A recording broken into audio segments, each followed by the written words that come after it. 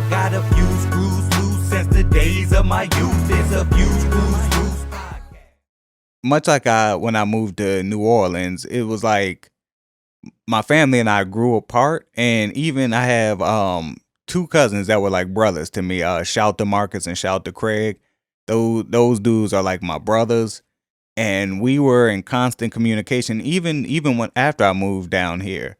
And at some point, we just kind of stopped talking as much. Where you know, people starting families, people starting jobs, people chasing their goals and dreams, and then they have their own lives to kind of manage. So we don't talk as much, but outside of that, I've pretty much isolated myself from most of my family, and I would like to blame it on drama because there's a lot of drama in my family at the moment, a shit ton, more than I could even put into words on the podcast.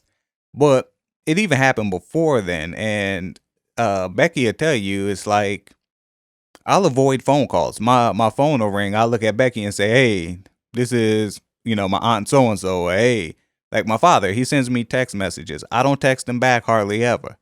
It's like, nigga, you wasn't there for 30 some odd years. Don't try to talk to me now, because what you're trying to do is you're trying to make yourself feel better for not being there. You're trying to make peace with yourself and say, well, I reached out and I tried, and he just doesn't. Nigga, you was gone my whole life.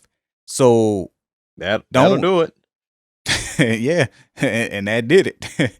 So it's like don't try to reach out now and act like you're trying to repair a relationship that we never had a relationship to repair.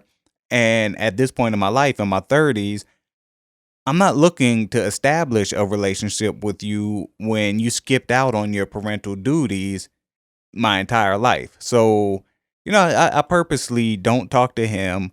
My sisters and brothers, we really just never really talked much, and much like P's family, different parents. So it's like, I don't talk to nobody, and I like it that way, because when there is drama in the family, I'm not dragged into the shit, man.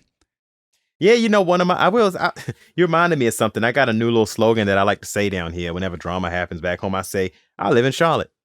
So you kind of reminded me when you just said that. I have actually said that a few times over the last 6 years. Like, well, I live in Charlotte, and it does feel good to know that I live 400 miles away from any